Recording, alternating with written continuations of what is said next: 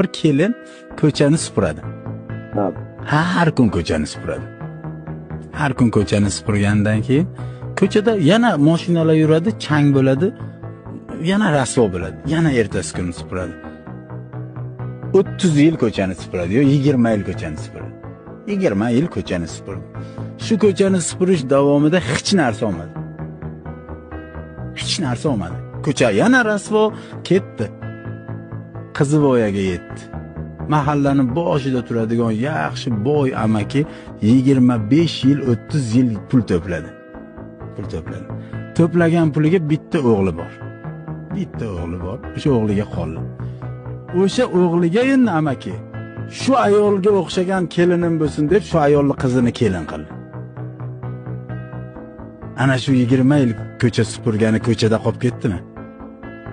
Ali amakini 25 yil dunyodan yig'ib kelgan boyligini yarmini egasi bo'lmadimi?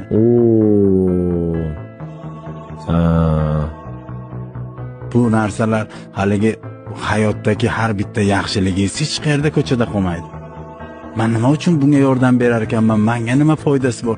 Yo'q, sizning ishonchlilingiz ortadi. Siz odamlarning ichidagi ijtimoiy obro'yingiz ortadi. Hali katta prezidentning nazariga tushish shart emas. Qo'shningiz sizni yaxshi bola deb bilsin, bo'ldi.